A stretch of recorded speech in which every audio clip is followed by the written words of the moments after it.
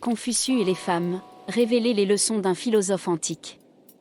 Oh, comme j'aime me plonger dans la profonde sagesse de Confucius. Ses enseignements offrent des perspectives si intemporelles sur les relations humaines, l'ordre social et la poursuite d'une vie vertueuse. Bien que certains aspects de sa philosophie puissent sembler un peu dépassés par rapport à nos sensibilités modernes, il y a beaucoup que nous pouvons encore tirer de ses paroles.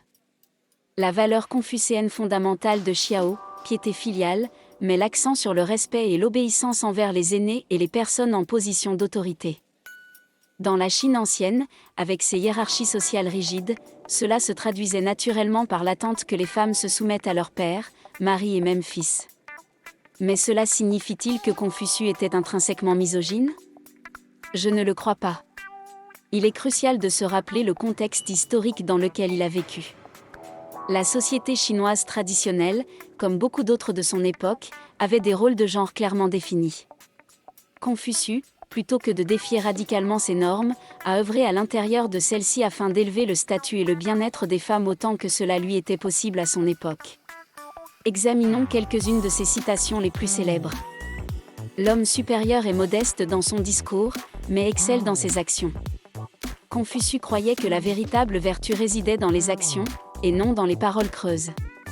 Cela s'applique à tous, quel que soit le genre. Les femmes de son temps étaient souvent découragées de s'exprimer, mais il les encourageait à laisser leurs actes témoigner de leur caractère.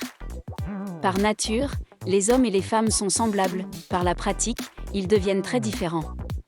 C'est un point crucial à saisir. Confucius reconnaissait que sous toute distinction sociale, les hommes et les femmes partageaient une humanité commune. Les différences, affirmait-il, provenaient en grande partie de la façon dont ils étaient élevés et éduqués. Dans les Entretiens de Confucius, un recueil de ses enseignements, Confucius a fréquemment fait l'éloge de la sagesse et de la vertu de certaines femmes. Il admirait sa propre mère, qui, malgré des circonstances difficiles, lui a inculqué l'amour de l'apprentissage.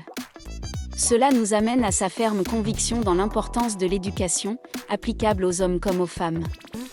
Il croyait que par la connaissance et la culture de soi, n'importe qui, quel que soit son sexe, pouvait devenir un junzi, une personne noble.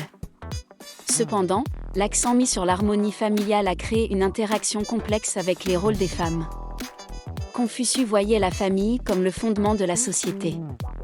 Une famille bien ordonnée contribuerait à un État bien ordonné, et vice-versa.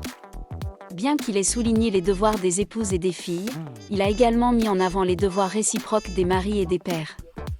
Il est vrai que cela ne correspond pas totalement à une égalité à part entière telle que nous la concevons aujourd'hui.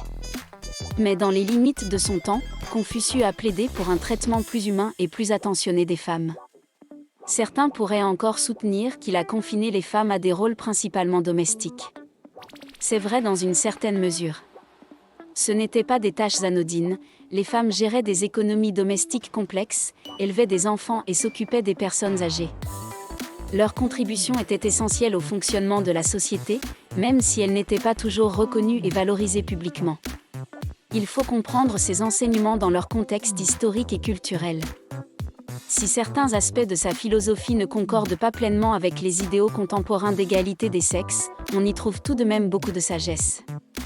Il a défendu l'importance de l'éducation pour les femmes, a mis l'accent sur la vertu et le caractère plutôt que sur le statut social, et a prôné le respect mutuel au sein des relations familiales. J'aimerais beaucoup connaître votre avis sur ce sujet. Si vous aimez explorer de telles questions philosophiques, n'oubliez pas de vous abonner à notre chaîne pour plus d'informations sur la pensée orientale.